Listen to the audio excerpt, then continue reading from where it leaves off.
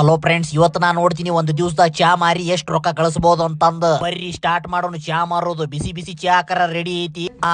ಈ ಅಣ್ಣಾರ್ ಮಾಡಿದ್ರು ನೋಡ್ರಿ ಫಸ್ಟ್ ಬೋಣಿಗಿ. ಕಸ್ಟಮರ್ ಚಲೋ ಅದ್ರ ನೋಡ್ರಿ, ಒಬ್ರೊಬ್ರು ಬರಾಕ. ಮತ್ತ ಒಂದ್ ಕಪ್ ಚಾಗ 5 ರೂಪಾಯಿ ಇತ್ತು. ನಾವ್ 1.5 ತಾಸದಾಗ 180 ಕಪ್ ಚಾ ಮಾರಿದ್ವಿ ನೋಡ್ರಿ. ಚಾ ಮುಗ್ಯಾಕ್ ಬಂದಿತ್ತು, ಮತ್ತ ರೆಡಿ ಮಾಡಿ 220 ಕಪ್ ಚಾ ಮಾರಿದ್ವಿ ನೋಡ್ರಿ ಮಧ್ಯಾಹ್ನ ಮಟ. ಬಾ ಮಧ್ಯಾಹ್ನ ಒಂದ್ ಆತಲ್ ಹೋ ಮಾರಿ. ಟೈಮ್ ಹೆಂಗಾತು ಗೊತ್ತಾಗ್ಲಿಲ್ಲ. ಮತ್ತ ಕಸ್ಟಮರ್ ಯಾರು ಕಾಣಿಸವಲ್ಲಾಗಿದ್ರು. ಶಾಂತಿ ಇತ್ತು ನೋಡ್ರಿ ನಮ್ಮ ಅಂಗಡಿ. ಬಡ ಈಗ ಕಸ ಹೊಡೆದ್ ಬಿಡ್ತೀನಿ, ಯಾರು ಕಸ್ಟಮರ್ ಇಲ್ಲ. ಸ್ವಲ್ಪ ಪ್ರೋಟೀನ್ ಪೌಡರ್ ತೊಂತೀನಿ, ಮೈಯಾಗ ತಾಕತ್ತಾರ ಬರುತ್ತ.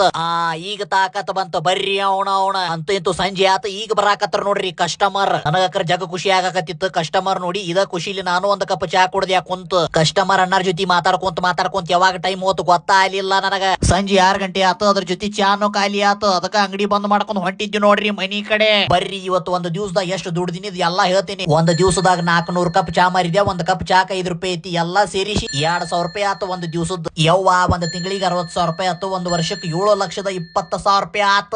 ಇನ್ನು ಡಿಗ್ರಿ ಮಾಡ್ಬೇಕನ್ಸಾಕತ್ತಿತ್ತು, ಏನ್ ಮಾಡ್ಬೇಕನ್ಸಾಕತ್ತಿತ್ತು ಪ್ಲೀಸ್ ಕಮೆಂಟ್ ಮಾಡ್ರಿ. ಮತ್ತೆ ನಿಮ್ಮ ಡಿಗ್ರಿ ಫ್ರೆಂಡ್ಸ್ ಗೆ ಟ್ಯಾಗ್ ಮಾಡ್ರಿ. ಫಾಲೋ ಮಾಡುದು ಮರ್ಯಾಕ್ ಹೋಗ್ಬೇಡ್ರಿ.